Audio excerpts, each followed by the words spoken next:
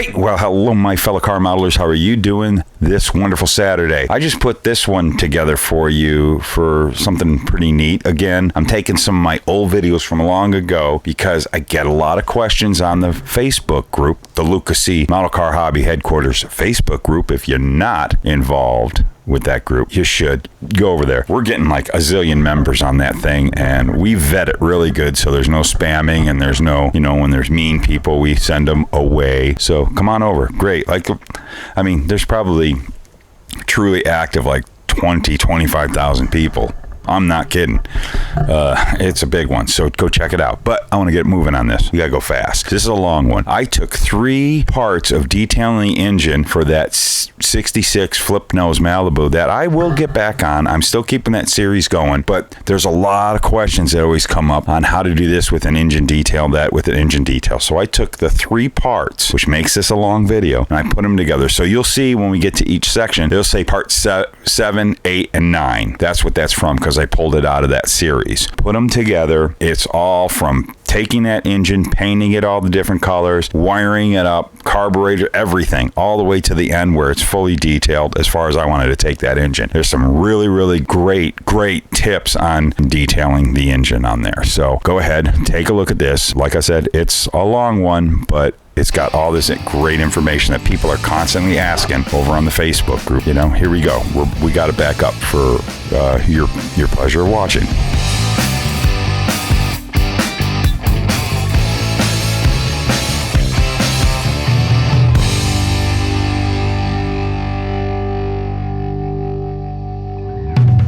So the little rig that I set up for painting up this block is I went ahead and drilled a hole in the back because of course that won't be seen after we get it all assembled, and I'm not worried about getting paint on that area so much. And I placed a plastic toothpick, and then I placed it into a set of my forceps like so that when I can put it down, and let me show you here, kind of going by hand here, I can lay it down to dry kind of off of a surface but still sitting in the upright position, kind of using the hook of the forceps to keep everything nice and flat, wanting everything to settle correctly. I don't know, my little way of doing it, but that's how I can do it. And then I can pick it up and I can spin it around when I'm painting. So I'm going to paint this white, and then I'm going to paint this Chevy engine orange. So I pulled out of my old paint stash. I've got some old Krylon flat white I'm going to first base coat this engine block with, just so that it will help the orange pop a little better, because I'm actually going to use Chevy engine orange high temp enamel paint, that I painted actual engines with, because why not use the actual stuff to get the correct color? I can't seem to find it too well. I haven't been pleased with what I found in the hobby shops with that orange, and it's just what I have on hand. I got tons of that stuff, but we know, especially right now in the summer and it's a bit humid, it's going to take forever for that stuff to dry. And sometimes it has a tendency with this gray primer to kind of go pull back from all the creases and corners and stuff like that, and the white will kind of help it not show so bad. It will show a lot more through the gray, let's say. So we're going to base it white right now. And I'm going to be painting everything including the oil pan, because I want to have white on the oil pan for the color that I'm eventually going to do. I'll probably get some orange on there. I'm not going to worry too much about that. Get kind of a light mist coat on there.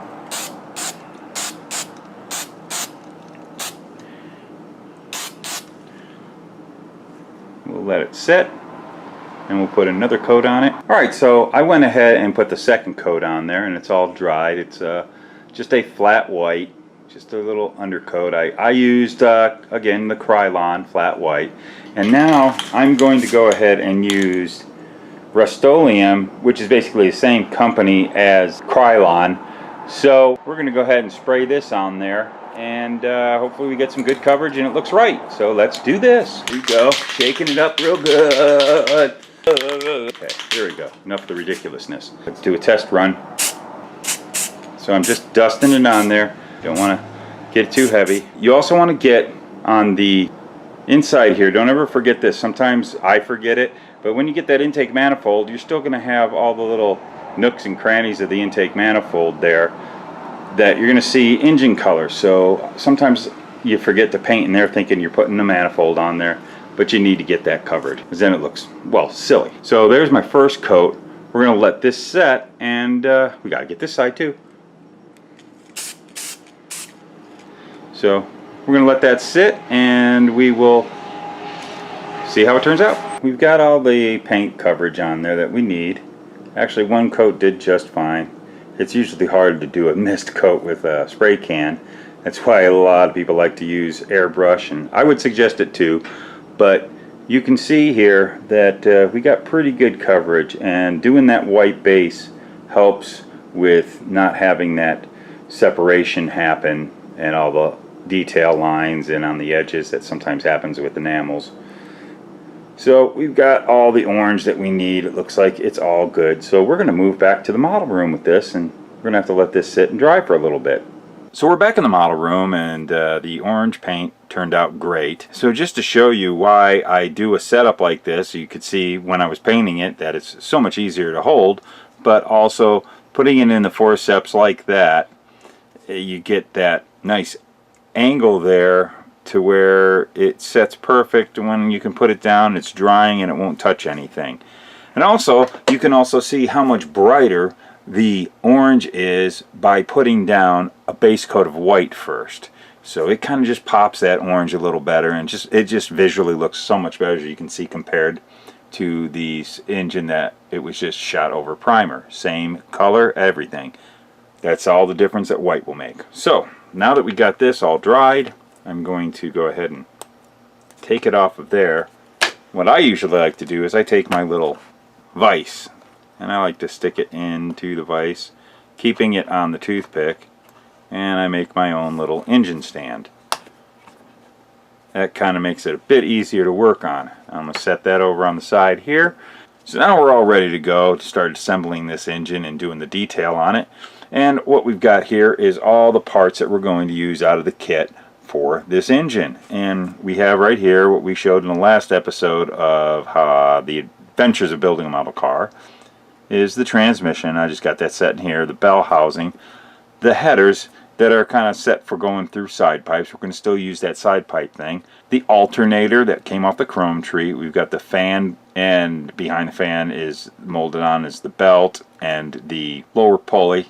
We have another belt that with some pulleys, and I believe that shoots off to the side for the alternator. We've got the two parts for the, let's move these back in place. The two parts for the intake manifold, and we've got the finned valve covers, the carburetors right here, and the velocity stacks with the screen in there that go on top of the carburetors. This is all the kit parts we're going to use. And then of course here is the engine plate and the timing chain cover and water pump.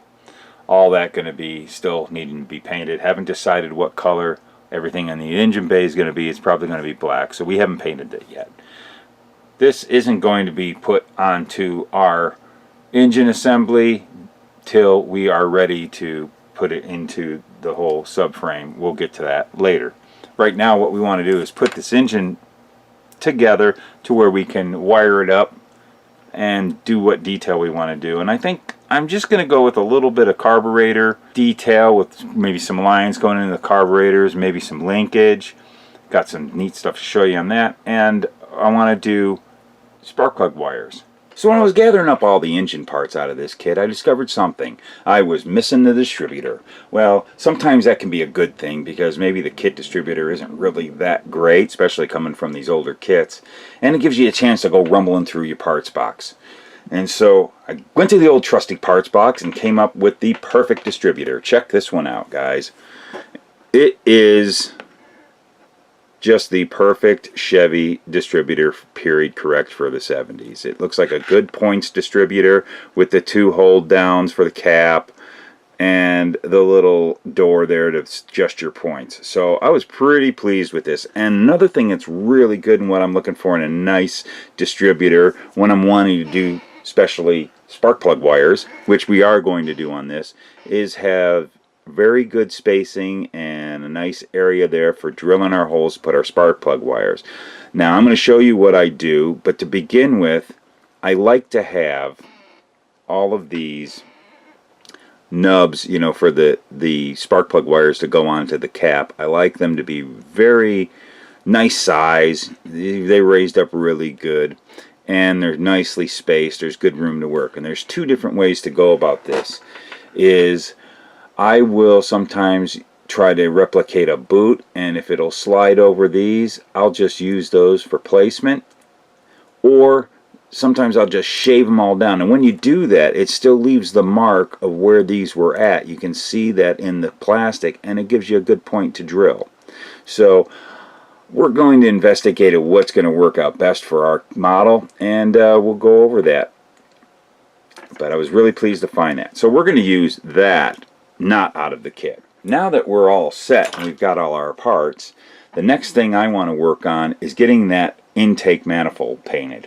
What I like to do with this intake is I want to give it that aluminum look, but kind of, you know, old. I don't want it to look like a fresh, brand new intake on there. Remember, we're trying to make this car look a little weathered and used.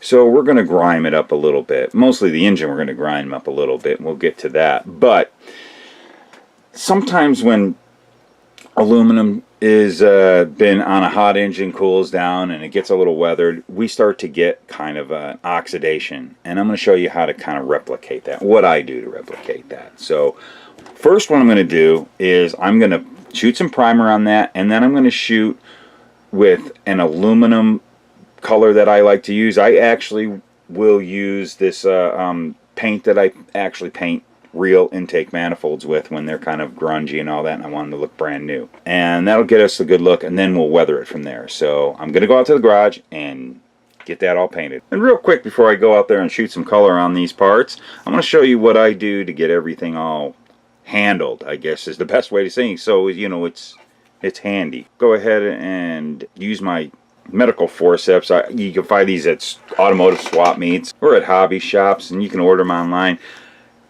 Get yourself a bunch of these. These are handy. You can see by how much paint's on these, I use the heck out of them. But these are some of the greatest tools to have. And I take a plastic toothpick and I find somewhere where it will hold real well, as you can see right there.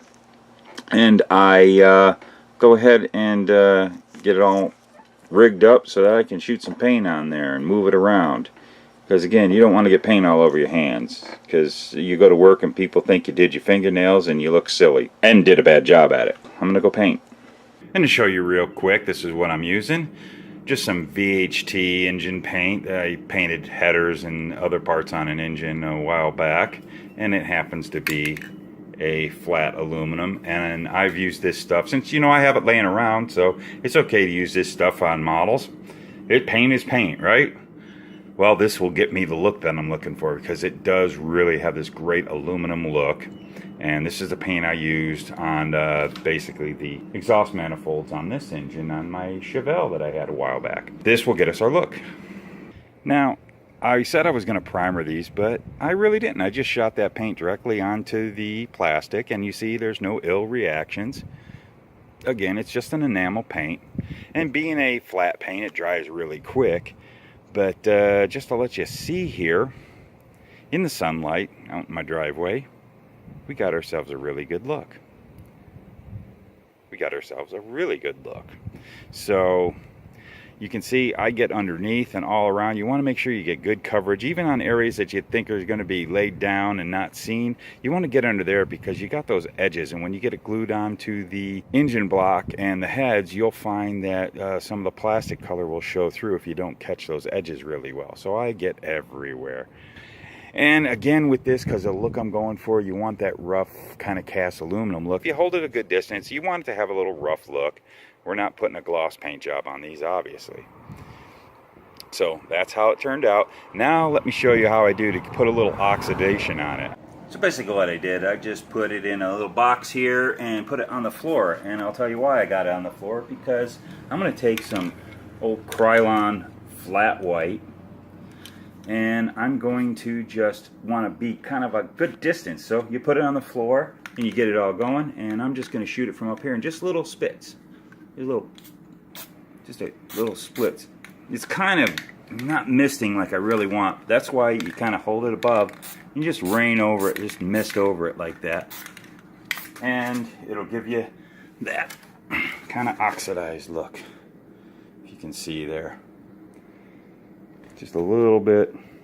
And you know what? If you do it a little bit too much, you can go ahead and take your base color you use, the silver, and kind of spritz over that, and it might calm it down a little bit. I'm okay with this. I kind of didn't want the spots to be so big. I didn't get the misting I want.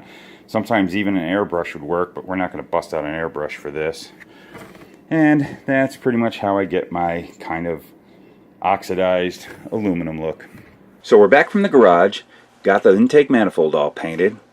Got that little bit of oxidation look on there. The speckles are kind of a little larger than I would have liked, but if you can see it there, it gives it that look. It's kind of tarnished. And then later on we're going to go in there and probably do some fuel stains and other things and grunge it up once the engine's all put together.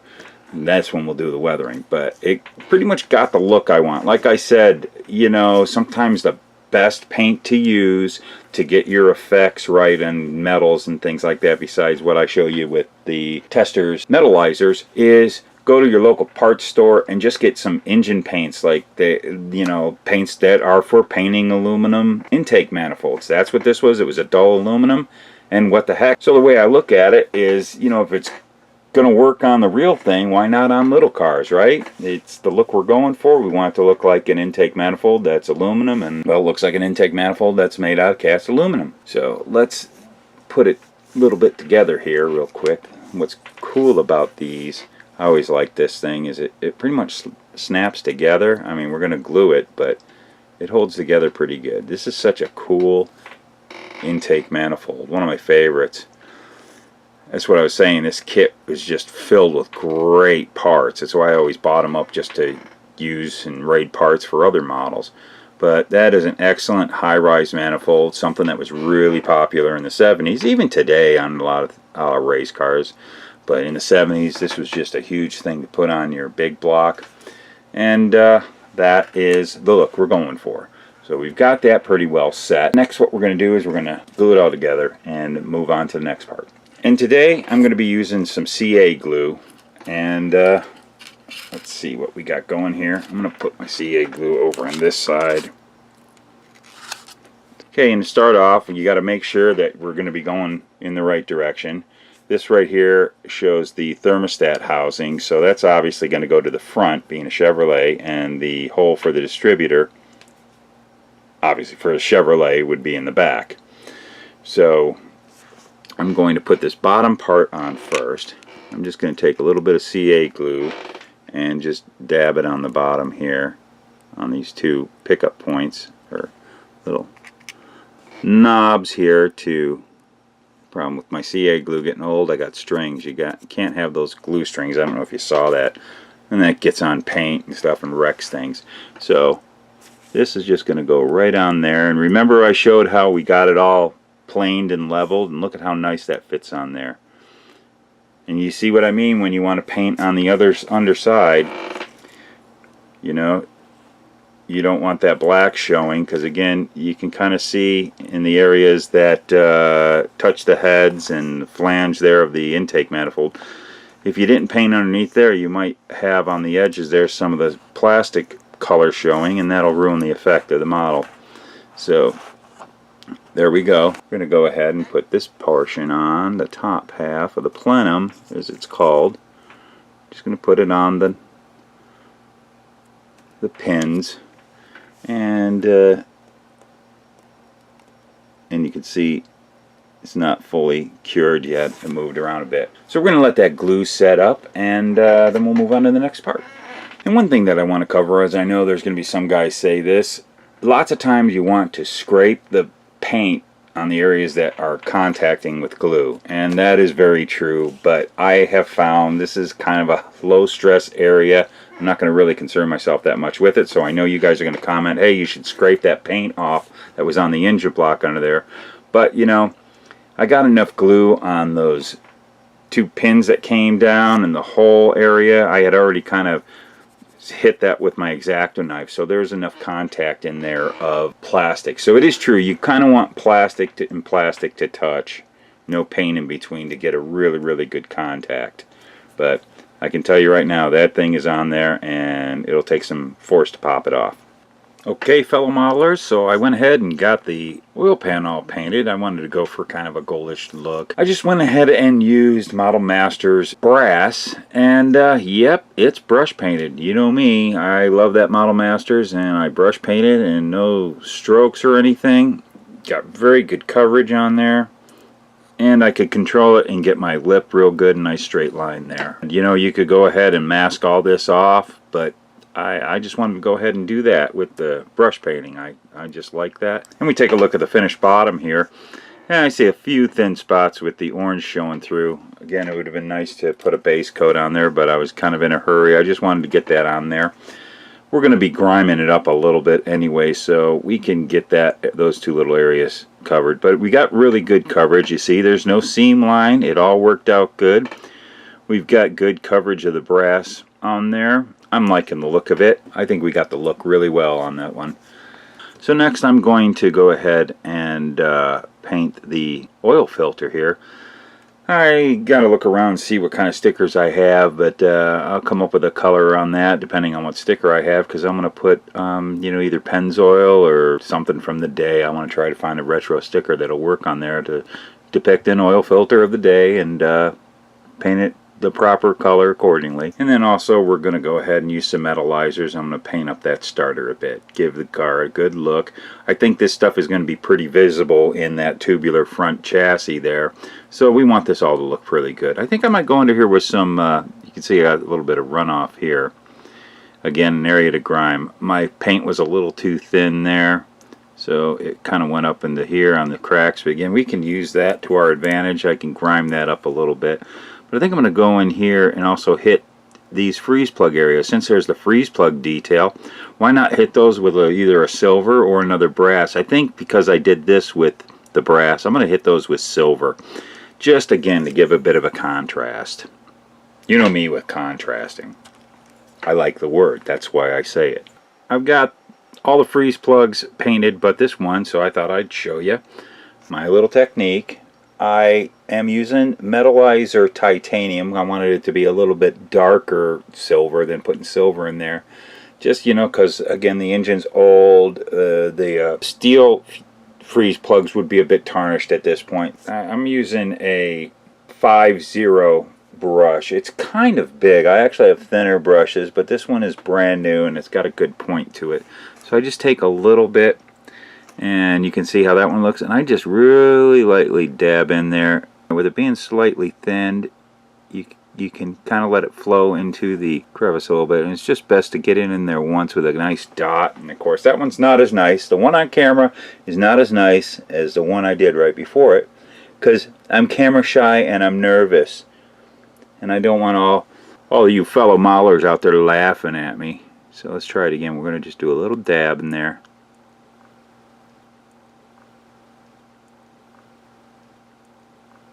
So let's take a look at how I did with the painting of the starter. I just got some basic metallizer colors on there, kind of changed up a few, used about 3 of them, different grades of basically silver and grays, just to give it a look. Like I imagine, because of the way this whole front end setup is on this model, I'm sure a lot of this stuff is going to be very visible, so I just wanted to look the best it can. Pan's all done. Looks pretty good. Again, that seam line is gone. No putty. And there you see my Valvoline oil filter. And I just painted it white. So let's flip it around now. Now, why is that sticker upside down? Well, I did the decal upside down because they would print them that way so that on the shelf, the oil filter sat on, I guess, the open end, you know, that goes into the engine. So they would always do the graphics upside down. Once it's up into the car, they would look upside down. So that's why I did that. So there's my look I just dug through my decal box and I found a little Valvoline decal and stuck it on there. There's the engine so far. You get a good look at that intake and the little bit of dusting of the white to give it that oxidized look. So there we go. On to the next step. What is this that you say? What's Luka C doing? He's looking at instructions? You know, sometimes you might have to take a peek at the instruction, get an idea what you're doing.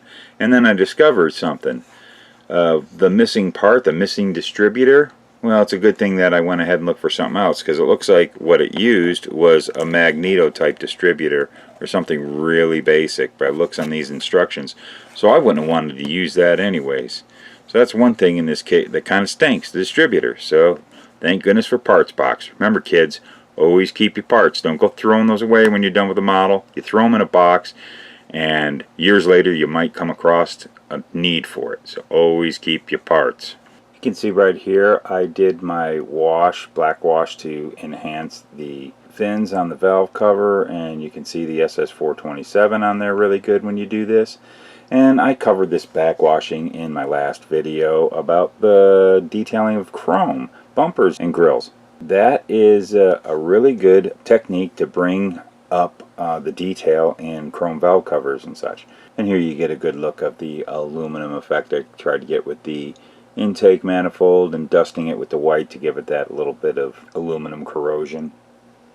Okay, now on to the carburetors. What we're going to do with these is we're basically using the kit carburetors. They're not the greatest, but I think here they will look pretty good, especially when we put the velocity stack on there.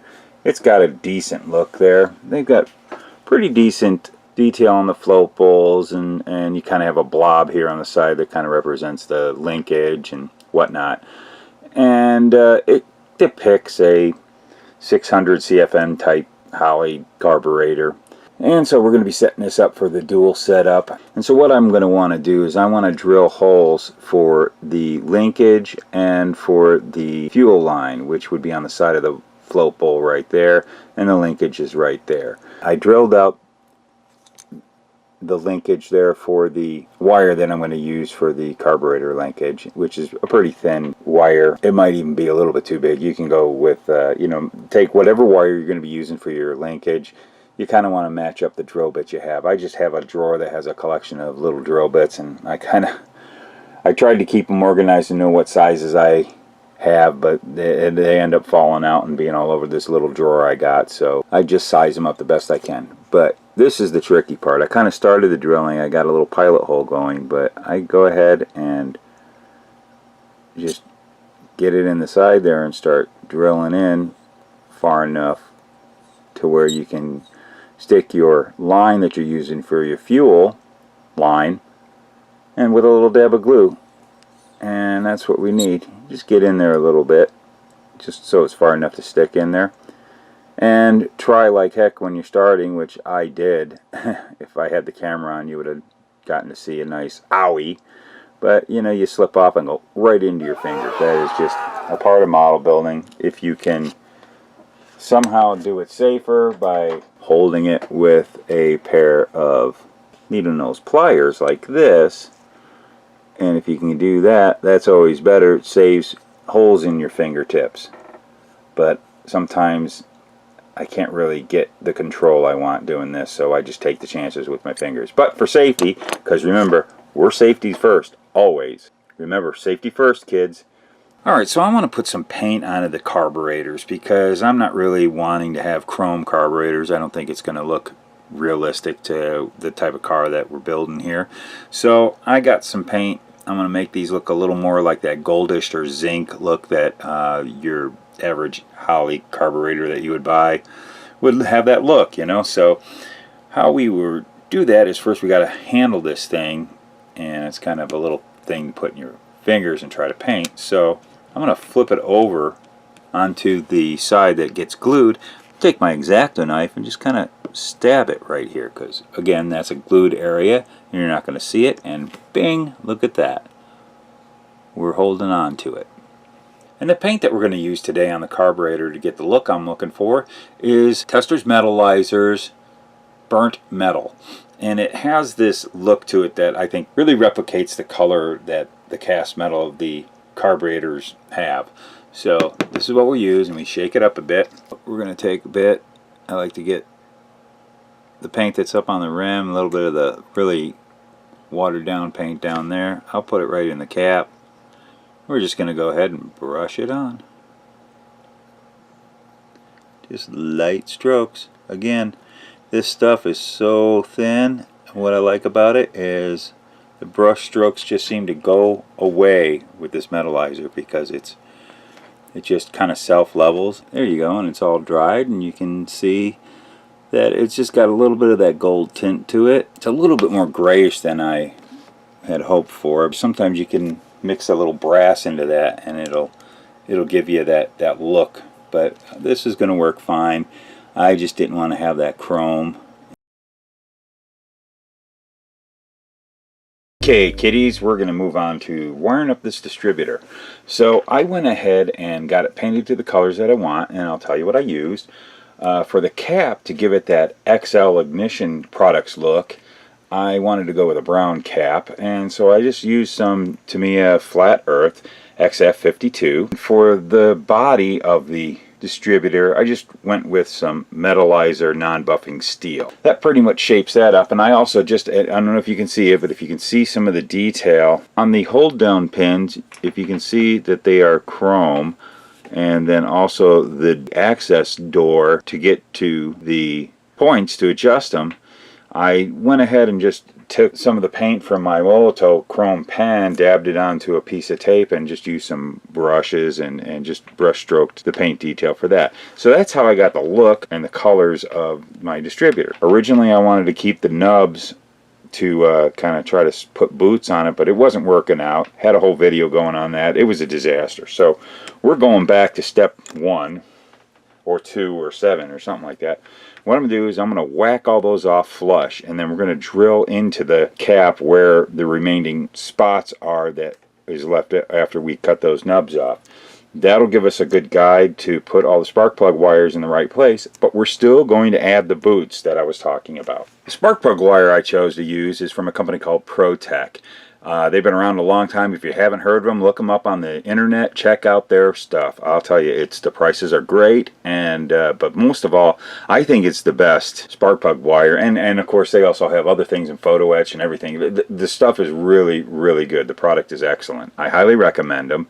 And the thing that I like about their wire is it has that opaque.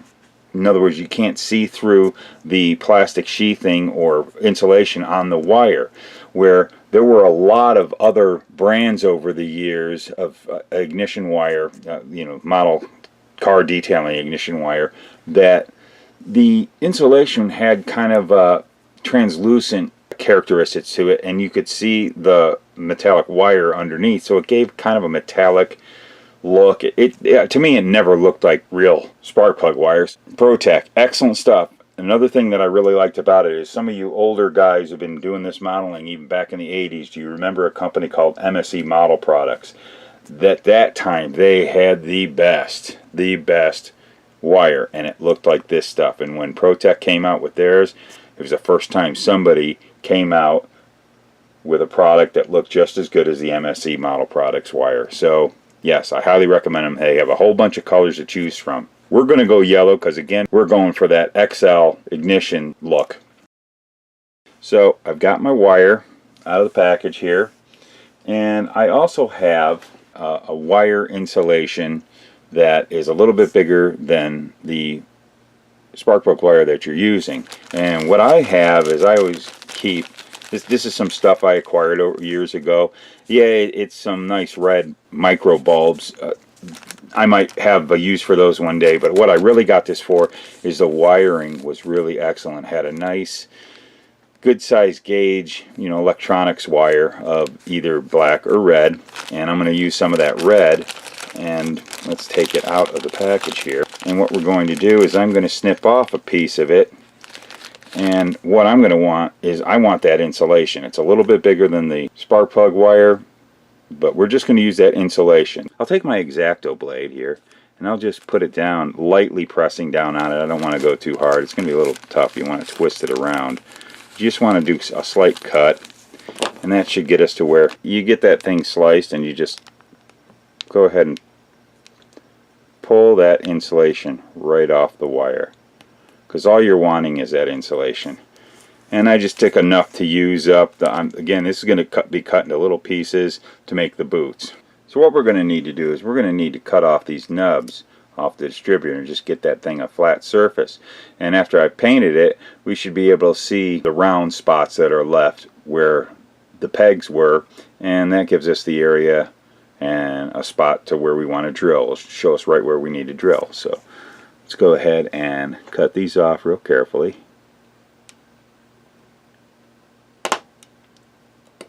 We're going to drill each and every one of those spots out so that we have, you know, a hole to stick the distributor wire down. We got to start drilling those, and we're dealing with small little things to hold on to, and I've covered this before where it really sucks going into your finger right there. There's no other way to do this. You just got to kind of chance it and hope the heck you don't stick yourself. I start with my pin vise, and again, this is probably between a number 71 to 74, somewhere in that area. That seems to be the best size drill bit to use for drilling out holes that you want to put ignition wire in. Each one, you got to just lightly get it started. So as you can see, it just takes a lot of patience.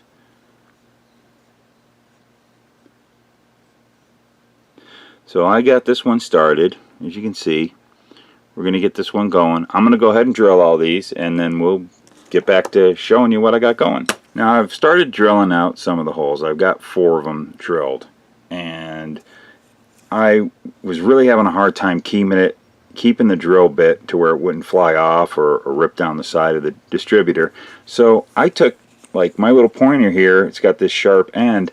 I went around and I poked down on each one of the areas where I want to drill, and I created a pilot hole, and that really helped drill out this distributor a lot better.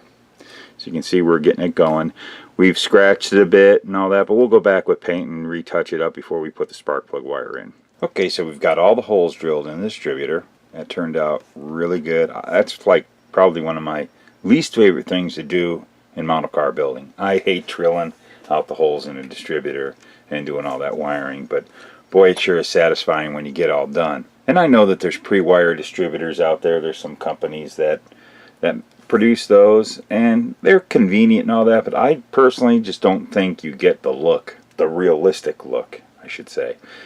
And I think when you see what I do with this is going to be a much better look. So let's get on with it. So to start off, what I usually do is I like to kind of cut out what we need is 9 pieces. You have your 8 pieces of wire that go to your cylinders, but you have the 1 that goes to the coil, so we need 9. But for the 8 that we're going to go to the cylinders, I usually would like to cut out 8 equal length pieces that are roughly a little bit longer than the engine block, because when you do that, which would be right about there, when you do that, you have plenty of wire to reach every cylinder, and you can trim it to fit at that point. It's better to have too much than not enough. So we're going to cut out 8 pieces this long, and then I'm not quite sure, I'll probably do the 9th one that long too, because I don't know where the coil is going to be placed on the car, so we're probably going to want that wire to be pretty long, and we can trim that when we get to that point. So I'll go ahead and do this. You want to watch? Okay, we'll speed it up and put some nice music on it. Here we go.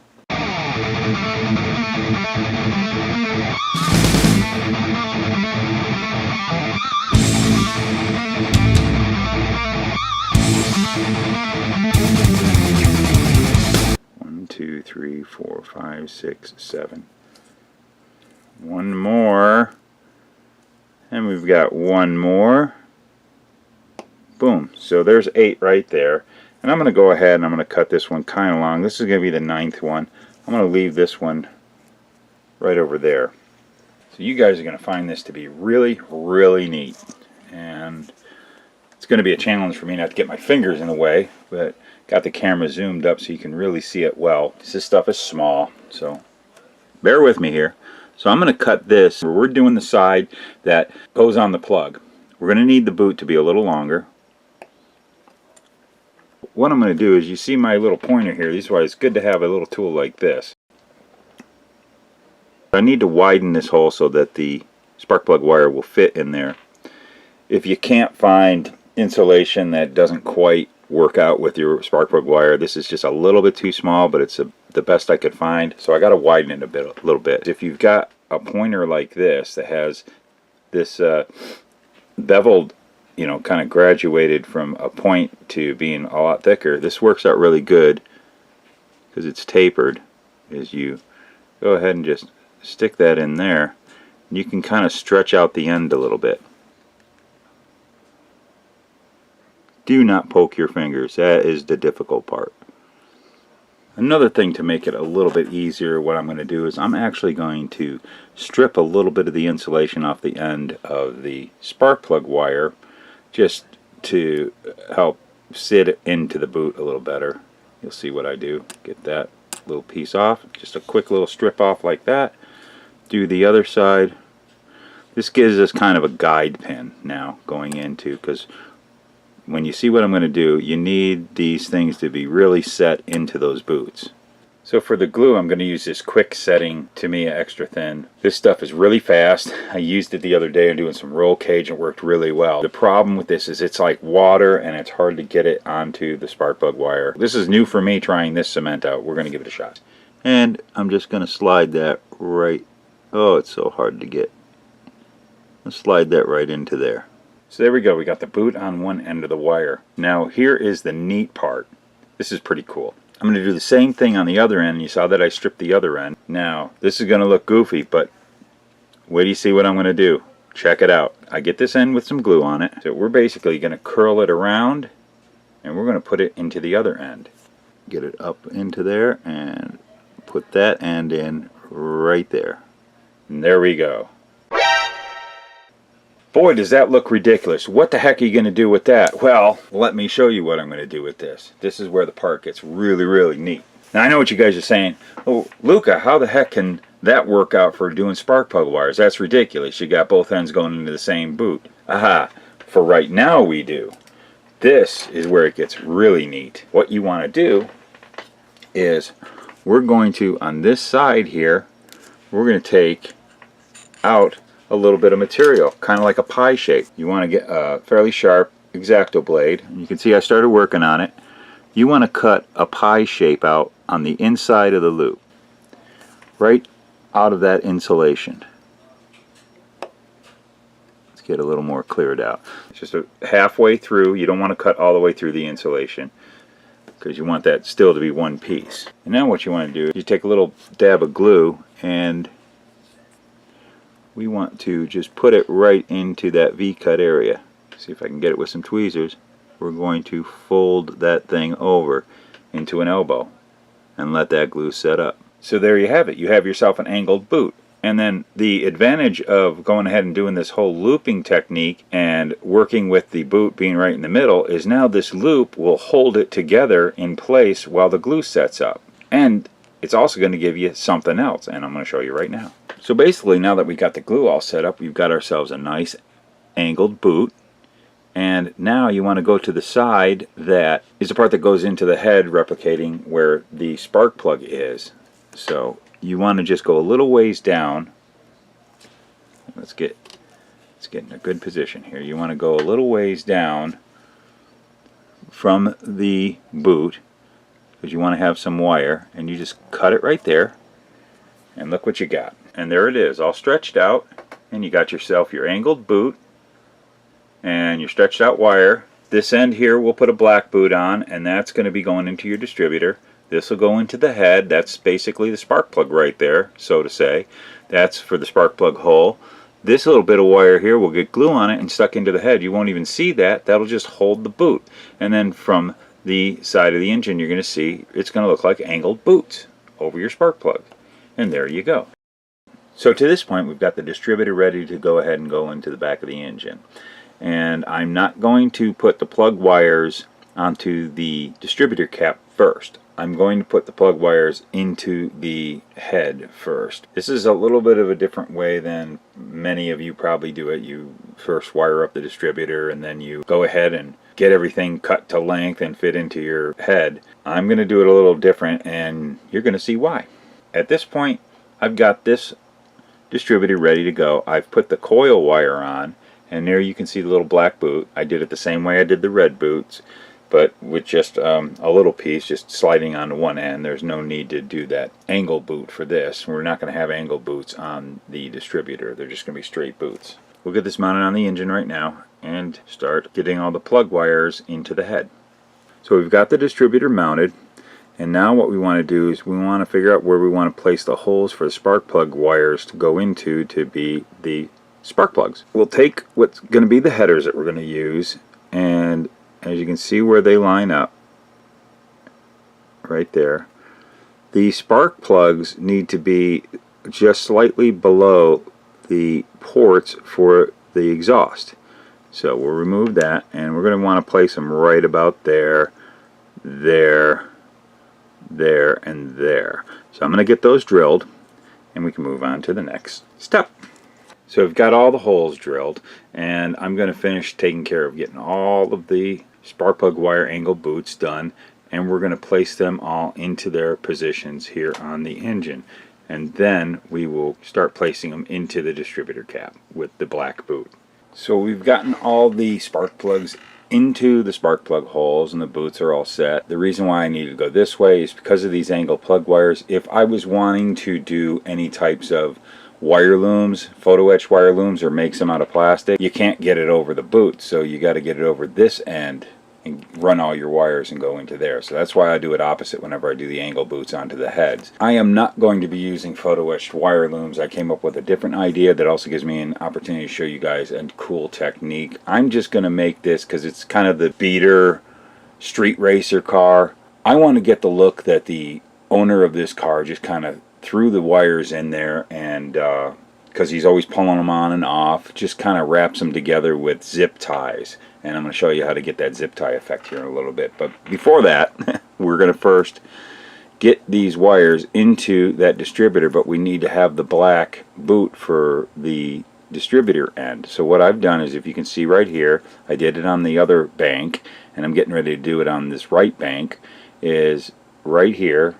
You can see, if you can see that, I've slipped over a piece of black insulation. That's, of course, you can see that it's bigger, so it slides up and down on that. I slipped it over the wire, and that way I will cut this wire to fit to its destination over here on the distributor. Then I can seat this boot onto the distributor, and it'll give that effect. Now, one thing that I do just to make it easy to slip the insulation over the spark plug wire is, as you can see right here, I strip the ends. And what that does, that just basically gives me a little bit of a guide wire. These things are small, and boy, oh boy, it's hard, especially old guy like me. This problem, our eyes aren't what they used to be. So it's kind of like threading a needle. So this just makes it easier to slip that over the spark plug wire. Oh, this is a joyous time for me. I'm going to be upfront and blunt with all of you. My least favorite thing to do in model car building is putting spark plug wires in. It's so time consuming. I'm going to tell you, in the time that you watched, where before I got these all wired up and now has been not only hours but the next day, and I'm so glad I'm done with this. To me, this was the part where this whole build now is all downhill. And I don't mean in a bad way, I mean downhill, like it's going to go nice and fast now. I got over this, and this is a big whew moment. I am really pleased. This is not done. I just got the wires all connected into the distributor and into the heads, and I want to show that to you. And then we're going to start maneuvering them to make them look real. What I like about this particular brand of wire, you can really move it around and get it to stay in place. And what I'm going to show you what I do with that, you got to show a sense of gravity. You can't just run your wires and leave it like this, which you see it in a lot of models, and it kills the realism. You got to have stuff lay over stuff. You got to show gravity. This doesn't have much gravity to it, but in the real world, these would have weight to them and they would sag, and you got to put that in there, and that's what we're going to do. I just want to show you what I got so far. Let's show you here. You see the boots, the angular boots that we made.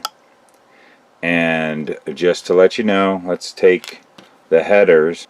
We got it to where the headers fit on there, and then you can see right there the boots on the distributor. So that's all set. It looks great. And now what we're going to work on is make it look like that these are zip tied together, and I'm going to make them, you know, sag and look like they have gravity to them. I'm going to take my tweezers here, and what I want to start doing is positioning, and you know, use your fingers of course, but I want to start kind of positioning and pushing down on the wires. And what this will do is it will give that weight that I was talking to, give it more that scale, you know, weight. You just push, like this is usually the best place to do, in between the intake and the valve cover. You kind of push down right there. That's why you want to give yourself enough slack so that you have this movement. And you see how we got that, and that just gives you a much better realistic look on this side compared to this side. You want to get this weight appearance, and you know, you can just work it down, and I'll probably tweak a little more on it, and I'll work on this side, and then we'll go ahead and start wrapping our wires as if they do it kind of on the cheap with zip ties, and we'll show you how to do that. So there, we're all finished putting all the wires down, giving it that weight, and it just looks a lot better than it did before. A lot more realistic. Let's see if I can show you kind of a frontward look off to the side. And now we're going to go ahead and do some zip ties.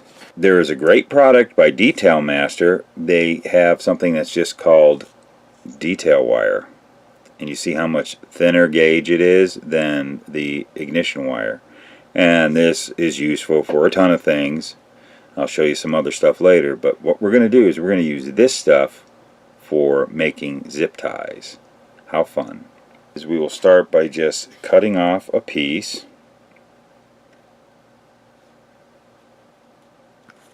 Let's try right here. We're just going to zip tie these two pieces together right there. Let's show you. You see how we got these two front cylinders are kind of getting really close there. We'll go ahead and zip tie that. You want to start by giving it kind of a J shape. You can see that. You see what I did? I get that into a hook is basically what we want, so we can fish it right on through. So I get it around there, and sometimes you might, you know, you can push against it and get it to kind of turn into more of a circle and loop around there. It's like sewing, so we want it to cross around like that. You want to get it to right the area you want it to be and get it nice and tight. You want to start twisting it around. After you get it twisted a couple of times, if you can see this, I usually like to take like my duck bill or my flat needle nose, just grab a hold of it and just start twisting it up, make it tighter, and make sure you're going the right way and not untwist it. Here I got to change angle, so I'm going to get this twisted up and we'll move to the next step. Alright, so we've got that wire all twisted. I took it about that far out. That's all twisted together, the two pieces. It's nice and tight right here, holding that together. Let's take some scissors, little scissors here, and I'm going to trim it. You don't want to cut this all up. You want to leave about that much right where the twist ends. You want a bit hanging off to the side. You see that? We've got that zip tie look. Well, now you can see where my zip tie is, and you see that the twisted portion sticking far away like that.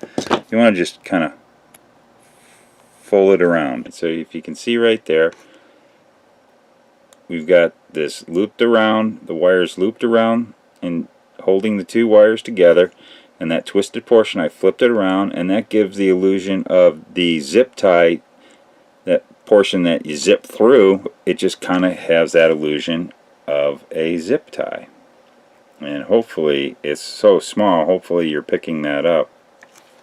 And that is how I replicate zip ties.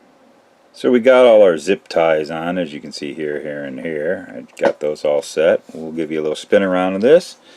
But we've got everything wired now. Got our boots, distributor, the boots on the distributor, and that is how old Luka C does it. What do you think?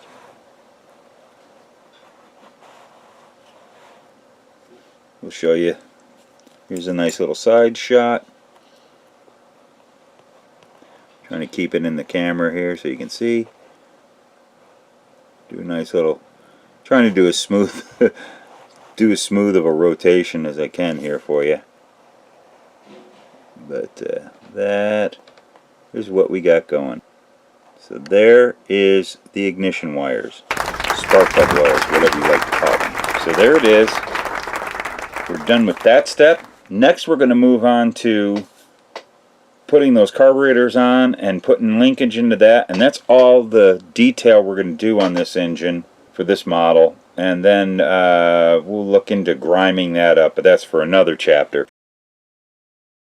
You're watching the Luka C channel on YouTube. Now we're going to move on to getting those carburetors on and the linkage and fuel line. I first wanted to kind of mock these carburetors up per instructions, and I found something. If you notice right here, you see that little notch there. There is a respective tab right there underneath the carburetor for it to only go on one way. Well, the thing that I discovered, and here's some reference pictures, is Monogram actually did it so they're on backwards.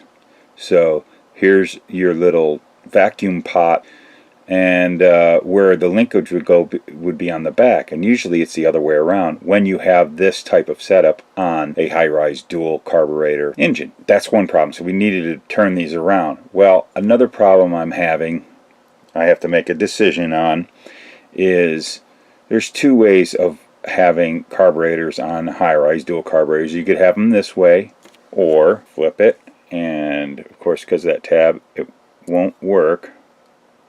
You can have them run that way, straight line. This is really important to come up with because that will dictate what your linkage is going to be like. If we do it the way the model has them, where they're straight across or sideways, or however you would want to say it, that way, you're going to have a lot more complex type of linkage, which is fun to do, and I've done them that way before. But you're going to have a complex linkage that you have rods going this way and belt cranks and rods going up this way pulling the linkage. I don't want to get that complicated. I want to do this very simply, but I want to have a nice representation of linkage. So I want to get the carburetors to sit like this back one. But the issue I'm going to have right now in doing that is, one, I have to change that little tab underneath the carburetor, but let's just mock it up real quick. They're so long, it's not going to fit. So I've got to do some modifications. I can't get them to fit. So I'm going to do a little bit of a modifying. Hopefully I can get them on that way, because that's how I want the carburetors to run on this engine, only for the sake of simplifying the linkage. But isn't that the fun of model building? We can just mess around like that and do what we want. So that's what I'm going to do. I'm going to do what I want. So we got that little tab off, and that will help us get this carburetor set better on the intake. So, and it's probably going to take a little bit of adjusting, but I need to get the two carburetors to space out better. I'm going to place this here. It's not quite fitting. See, the front bowl on this one and the back bowl on that one just won't allow them to cross over. We're going to have to do some modifying on these carburetors.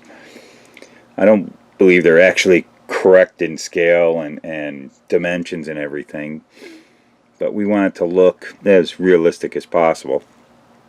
What I think I'm going to do is just sand the whole bottom of the carburetors flat, so then we don't have that peg and hole thing, so there's more adjustability. And maybe what I'll do is I'll take a little bit off of this back bowl and a little bit off of that front bowl, and they'll be touching.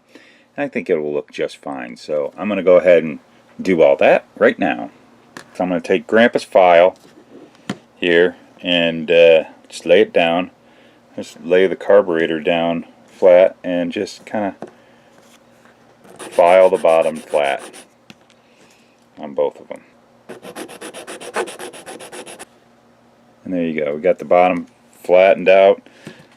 Okay, with the bottom sanded, I kind of got it all mocked up, and they just won't fit on there perfect onto the placement of where the carburetor should go. This one's a little too forward, that one's a little too backwards. So I'm going to sand a little bit on the front of this float bowl, and I'm going to sand a little bit on the back of this float bowl. So we've got that all done, and it's still a slight bit off. I might sand a tiny bit more, but I don't think it really ruins the look of the carburetors. Just got to get a little bit more closer. Let me show you on the side here if you can see it. So as you can see on the side here, not quite getting the bolt ears of the carburetors lined up with the area that would to hold downs for the intake.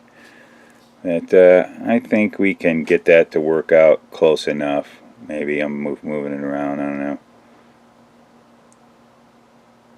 I don't want to sand too much more off of these bowls, because then it'll start to look a little off, and I think it looks fine that way. So we'll get it kind of adjusted on there the best we can, and carry on, and we'll move on to getting all the linkage in. So what we're going to do next here is we're going to use the holes that I drilled right there and there, right about there, yeah. And what we want to do is set up our linkage. Putting the carburetors in line like this, instead of where the kit wanted us to do it, just makes doing the linkage a little more simplified. So I'm going to be using a great product put out by Detail Master in their photo etch line of this little kit that has everything you need to detail out carburetors, any kind of setup you want. This is just an excellent kit, and this is what's really cool about it. It has all this different types of different carburetor linkage arms, you know, that's like hollies and stuff. So I'm looking around and I see this particular linkage right here is the one I want to go with. But of course there's only one on this. Luckily I have two of these. There's another one right here. I will be trimming these off, and this is the linkage piece I want to use. And what I do is I try to use the freshest AZLeo blade I can use, and I just trim off. I know there's a lot of different tools for trimming off photo etch, but this just seems to work good for me. So I try to hold down the part so it doesn't go flinging across anywhere, and I just get on there and boom, and there it is. It's off. So I'll take the other one off, and then we're going to get it up onto the carburetor. So I've got this guitar string here is what I use, because it's pretty strong stuff. It's bendable, but it's tough to bend, but I usually like using it because it stays really straight.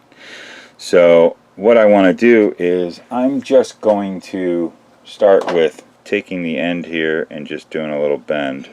If I can get it in there. There we go. With my, I'm just going to do a little bend here, and you see what we got. And we want to connect the two holes I made that are going to be for the linkage there and there. I need to kind of figure out where I need to put the next bend. There we go. So I'm going to go ahead and bend it. You can see there I've got the bends all in so that they'll just fit. This is basically the connecting rod between the two linkages. And I'm going to get the photo etch. I'm going to cut this right here, and I'm going to put the photo etch onto this rod and then just stick it into the holes that I drilled into the carburetors. That will give us the look of the linkage and everything. I've got the linkage fitted onto the rod. This is the one that will go to the rear carburetor. Now I want to try to get the other piece onto this, but we got the glue on there, and I'm trying to get this linkage positioned the same as the other one, and that's a challenge. So I'm just gonna, you just got to work it. As you can see, I got it kind of sitting right here. I got it sitting just in the proper hole of the photo etched part of the linkage. I got it dangling right here. I'm going to put some glue here. I got to go off camera and do it. I'm really sorry. I'm trying my best. See if I can do it with you guys seeing it. I'm going to have to put another little dab of super glue.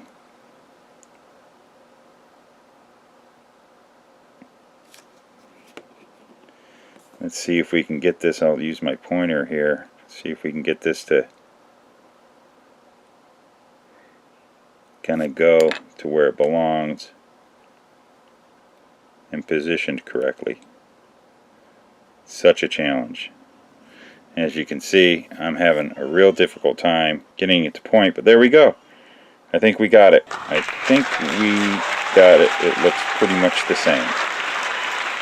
We'll let the super glue set up, which it pretty much is. I might put a little bit more dabs on there so that's nice and strong, and then we're going to set it onto the carburetors and see how it looks.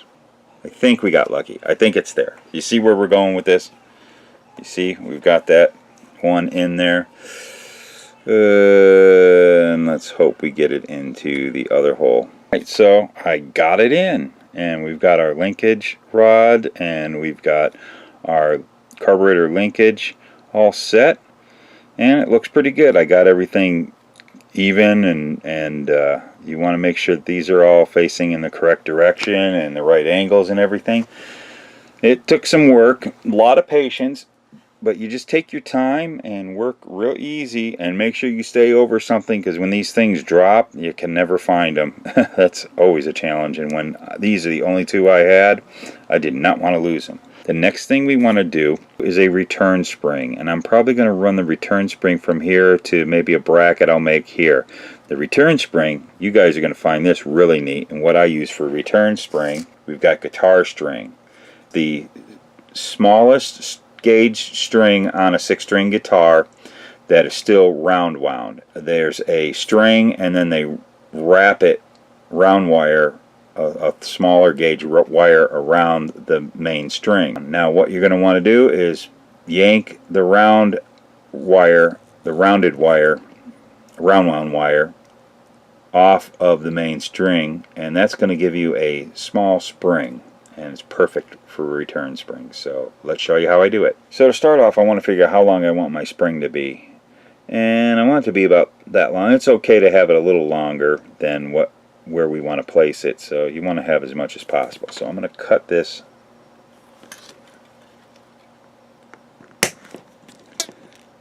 there. We go. We've got that piece of wire right there, or guitar string.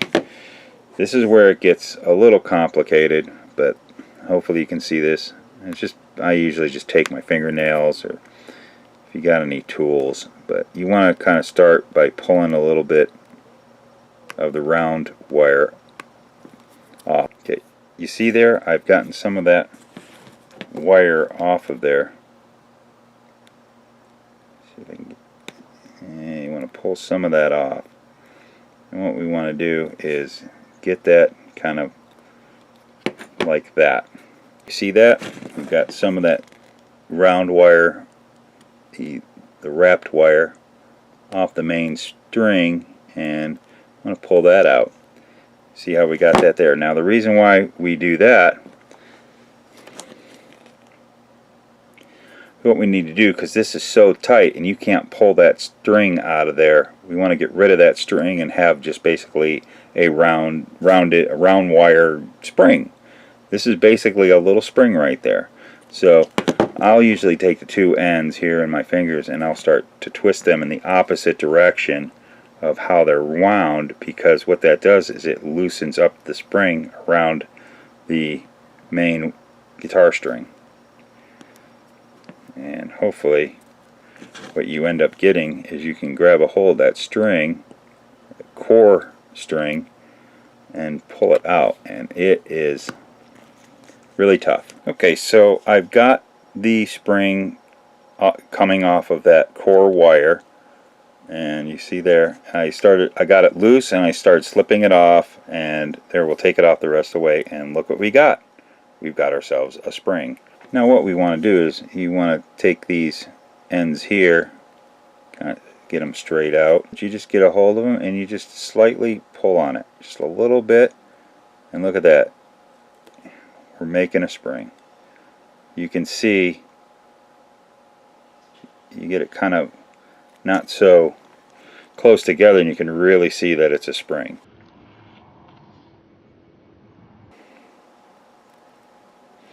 And that we will now trim these to length and place those onto our carburetors and down to, say, like where the bolt would be.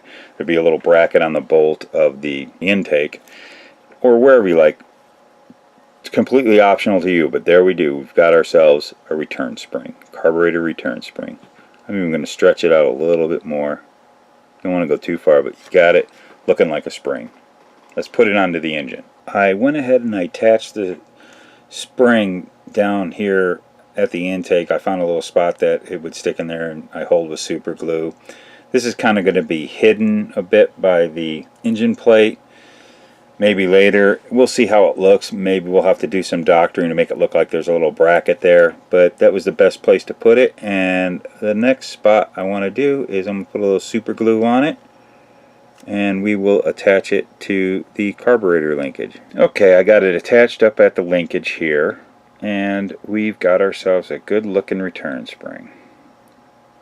There you go. That gives you a good little added realism to your model.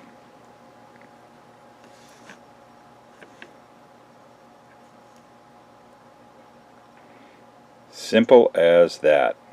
Just takes a lot of patience and just keep working at it. But it's neat how the things you wouldn't even think about, like who would think of getting a carburetor return spring off of a string from a guitar. That is what I use for making carburetor return springs. And there is my carburetor linkage. So we're going to put the velocity stacks on now. And it's basic model building. I'm sure you guys know how to do it. I just put a little super glue there and there. And I'm just going to place them right where they need to be. And there is our velocity stack look. And as you can see, the screen there in the center there of the velocity stack, I just took some Tamiya black panel line detailer, and I went ahead and just touched it a little and just kind of brought that the look of the screen in there. So that's it. There's our look. I think it turned out really nice. Okay, on to the next phase here. What we're going to do next is we're going to run some fuel lines out from this area and from this area right here. Hole that I drilled into the float bowl. Being that this is a car from the 70s and kind of a low bucker, I'm not going to go with anything like braided line or AN fittings or anything. I'm just going to run a black line out that's representing the black rubber fuel line that would be used. So we're going to go with some electronic wire that I'm not sure what gauge this is, but I know this particular product was from a detail company from years ago. I showed them before, MSE, so I'm not sure who would have this now, but this was their 1/16 scale spark plug wire. And I basically have used it for many things, any type of like big cables, battery cables, or doing fuel line. It's got a solid core wire, so you can bend it and shape it, and it'll stay in shape really good. So that's what we're going to use on this. What I'm basically going to do is I'm going to just run a couple lines there and there. I think I'll just run one over this way and run this one here, around here, or maybe we'll do something fun and tricky and go like right in between here. I'm kind of going for that backyard shade tree mechanic or hokey hot rodder, whatever look. So I hope I didn't offend anybody. We'll bring the fuel line over here and have them both meet. You can't see, but somewhere like right on this side of the engine over here, we'll probably, when it's in the car, we'll go ahead and have some kind of distribution block over, maybe up at the firewall. We'll see how that works out when we get the engine into the car. But for now, we're going to do the fuel lines just coming off of the carburetors. I've got this needle nose plier right here that is rounded, as you can see, and I'm going to use this to kind of shape the wire into a good, steady, smooth curl around. I just go ahead and hold it in there, and we can kind of twist around, and that gives us a nice hook. What we want to do is, I think what we'll do is we'll glue this into place right there. I'm going to try to bend this around a little more. So we've got this much figured out. And there we go. So it's right about there. I'll probably have this curl around that way. We want to just start shaping this wire to kind of meet where we want it to go. We want it to go right about over here. Let's turn this around so you can see it. Probably right about here, because this is where the bars that are kind of the front chassis framework, right about there is probably where we'll come up with some sort of a distribution block. And I think I'm going to have the other one come out and just come out from in between here. We'll do that next. But right now we kind of got this where we want it, but we want to make this a little more flowing, because these things don't have, you know, they don't just do little bends like this. Rubber hose will just kind of be like a continuous loop. So I'm going to kind of reshape this. That should do it. That will give it more of that look. And the thing is, it's very movable. We just get it in there for now, and we can kind of adjust it once the engine's in the car. Alright, put a little super glue on the end of that. I'm going to go ahead and fit that right into there. And before the super glue sets up, we'll kind of set that like that. I'm going to get that a little more farther down like that. And that's where we want it to set. So we're going to run the second line right through the center of the intake here. Just because I think that would be kind of a hokey way of doing it, and it'll look pretty cool, I think. But I'm also doing this to kind of get the idea of the length that I'm going to need. I figure I'll just cut this off right there and strip that end, and we'll get this all curled around so it looks like the rubber line. See if we can get it into the proper spot. This ended up being a little more tougher than I thought it would be. I'm sorry if I keep knocking the camera. And of course this just doesn't want to handle. So I'm almost in it. There's where we want to go. Got it in there. So now that we got it test fitted, I'm going to put a little glue on this, and hopefully we can get it right back there before this glue sets up. Let's see what we can do. It's tough with this engine stand being all wobbly on me. We're getting there. Getting there. There we go, we're in. Excellent. That's good. That's what we wanted. I think that'll be a good look. There you go. And then when we get this engine into the car, we'll figure out where these are going to end up.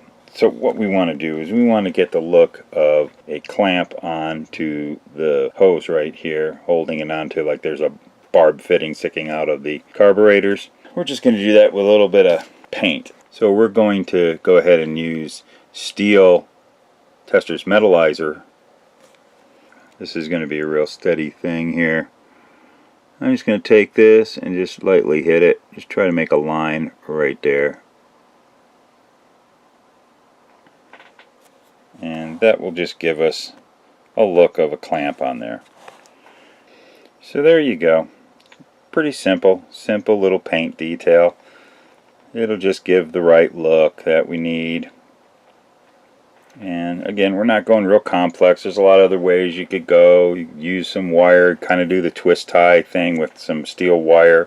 That might give you a good look. Or there's photo etch of clamps. I usually don't like those because for fuel line, because those photo etch clamps that some companies come out with just seem to be a little bit too big. But that's an option too. We're doing this model as something simple, fairly out of the box with some light detail. I don't want to get real heavy. This is real simplistic detail that pretty much anyone can do. And this is where I'm going to call this engine done. We are finished. But wait, I got one more idea. Let's do one more thing. I got a great surprise for you guys. Okay, this idea just popped in my head. I'm so glad I thought of this. I have seen this discussed several times on the Facebook groups.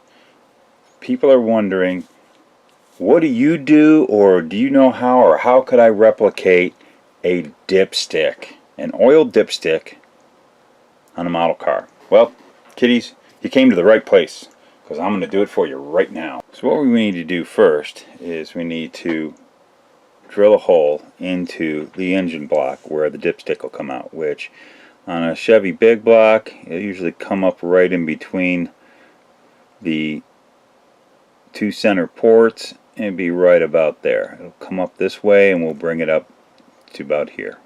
So I'm going to drill a hole right there. So if you can see, we got our hole drilled. I didn't think there was a need for you to see how to drill a hole. I'm sure you all know. So we got that hole drill. Let's get this out of the way. And right here, there's our dipstick. This is just a piece of black spark plug wire. So we're going to take this black spark plug wire here. It's kind of got a messed up area here, so I'm going to cut that away. It's going to go in the block there, and it's got to stick up so high. So we figured out how high we want it to go, and where we want the tube to end is right about there. So get the engine out of the way. Let's go ahead, and we don't want to cut it, we just want to strip the insulation off right there. So I did my little roundy round way of doing that, and there we go. We just take that insulation off. There we got the stripped wire. And we got quite a lot there. It actually could probably use some trimming. Probably right about there. So you want about that much. And just go ahead and take some tweezers, hold on to it right there, and go just flip it around like that.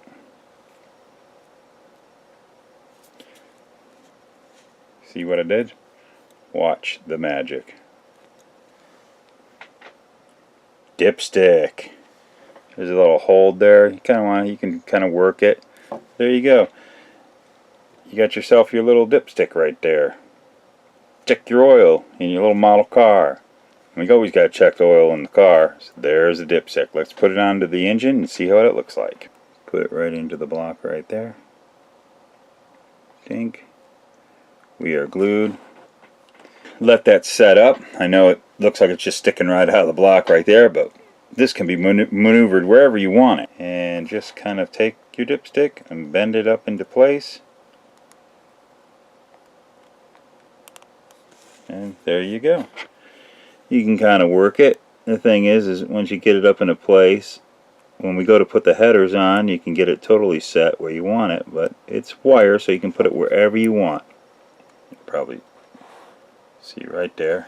Look at that. We got ourselves a dipstick. Really simple to do. And I've done this on quite a few models. It just kind of gives you just that little bit more added realism and depiction of what a real car is like. There's our dipstick. We got our engine all detailed out with a dipstick. How about that? Thank you, thank you, thank you, thank you. So there you go. Yeah, I'm sorry, that was a long one, but it was cool to just, I figured, put them all together instead of I'm constantly trying to find those and put them up. And you know, when people ask, I put a link to those videos all the time on the Facebook group. So now we got them all together. There you go. Watch what you want. I hope I hope you learned something. I hope you enjoy yourself, because that's why we build model cars, because they're fun. Here's the producers.